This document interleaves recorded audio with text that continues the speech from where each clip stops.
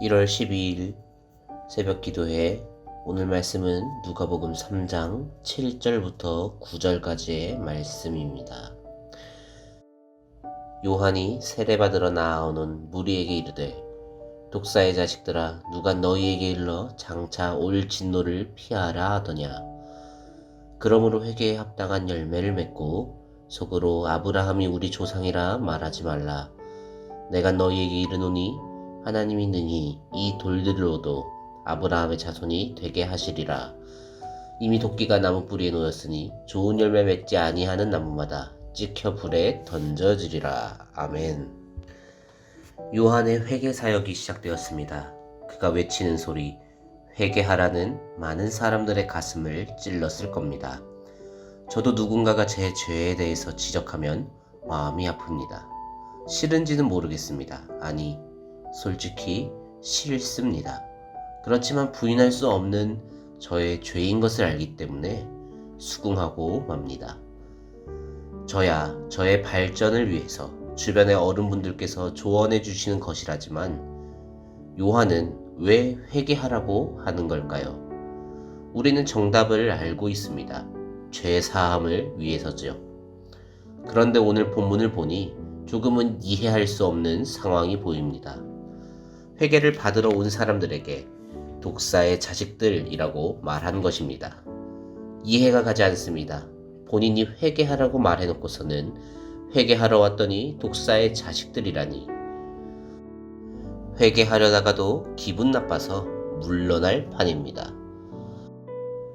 그러나 요한은 2절 말씀에서 그 이유를 말해줍니다. 그러므로 회개에 합당한 열매를 맺고 속으로 아브라함이 우리 조상이라 말하지 말라. 내가 너희에게 이르노니 하나님이 능히 이 돌들로도 아브라함의 자손이 되게 하시리라. 위대한 아버지 아브라함의 후손으로 태어난 유대인들은 아브라함의 자손인 것으로 구원에 이를 수 있다고 생각한 것 같습니다. 회개의 세례는 그저 하나의 이벤트 정도로 생각했을지도 모르겠습니다. 하지만 그렇게 잘못된 생각을 가지고 있는 이스라엘 백성들에게 요한은 분명하게 경고합니다. 하나님께서는 돌들로도 아브라함의 자손이 되게 하실 수 있다고 말이지요. 이 말씀은 하나님께서 원하신다면 이방인들도 아브라함의 자손으로 삼으실 수 있다는 것입니다.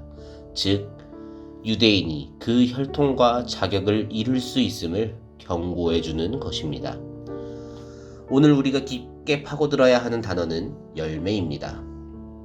회개에 합당한 열매가 무엇인지 알아야 합니다. 요한의 말대로라면 단순히 잘못했습니다로 끝나는 것이 아니라 그 이후에 삶에 어떤 변화가 있어야 한다는 것을 의미하고 있습니다. 무리들도 그것이 궁금했던 모양입니다. 10절 말씀에 질문이 나옵니다. 무리가 물어 이르되, 그러면 우리가 무엇을 하리이까? 물어볼만 하지요. 이들이 지금 잘못하고 있으면 그에 대한 해답을 요한이 알려주어야 합니다. 그런데 요한의 대답을 들어보면 있는 것을 나누라는 내용의 대답을 합니다. 내가 가진 것을 나눈다. 이것에 어떤 의미가 있기 때문에, 이 안에 어떠한 의미가 있기에 회개의 열매가 될 수 있을까요? 요한의 말대로면 기부나 선행 같은 것이 회개의 열매일까요? 이것에 대한 해답을 찾기 위해서는 우리가 한 가지 생각해 보아야 하는 것이 있습니다. 저 당시에 왜 세리들은 세금을 더 걷었고 군인들은 강탈했었을까요? 어찌해서 가진 자들이 나누어 주지 않았을까요? 구약시대 때부터 하나님께서 가난한 자들에게 나누어 주라고 명령하셨음을 누구보다 잘 알고 있을 이스라엘 자손들임에도 불구하고 그들은 왜 나누지 않은 것일까요? 개인의 욕심 때문이죠. 적어도 회개한 사람은 자신의 욕심에 지배당하면 안 될 테지만 지금 이스라엘 백성들의 모습은 자기 자신의 사리사욕으로 인해 가난한 자들을 돌보지 않고 있는 죄를 범하고 있는 것이었습니다. 아브라함의 자손이라고 말하고 다니던 사람들이 더더욱 사리사욕을 챙기는 그 모습이 독사의 자식과도 같았던 것입니다. 우리에게도 열매 맺는 삶이 필요합니다. 우리가 맺어야 하는 열매는 어떠한 것일까요?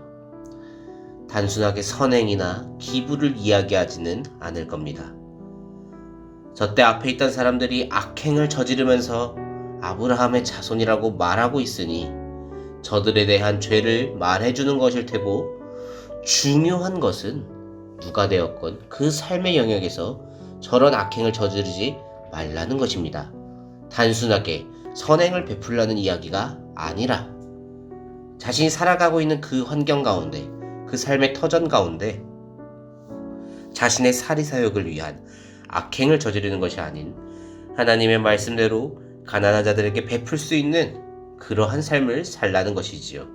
내 이익을 위한 거짓말도 치지 말고 도둑질도 하지 말고 다른 사람에게 베풀며 살아가는 것이 용서받은 자의, 회개한 자의 삶이라는 것입니다. 그리스도인으로서의 삶, 그것은 단순히 말로만 하는 신앙생활이 아니라 실제로 행하는 삶이라는 것입니다. 말로만 말씀에 순종하지 말고 실제로 그렇게 살아감으로써 열매를 맺으라는 것입니다. 교회 안에서만 예수님을 찾고 거룩한 척하는 신앙인들이 넘쳐나는 오늘날, 그러한 모습으로 살아가는 것이 아니라 우리 각자의 삶 속에서도 날마다 주님을 찾고 주님과 동행하시며 말씀대로 행하며 살아가시는, 회개에 합당한 열매를 맺는 우리 성도님들 되시기를 축복합니다.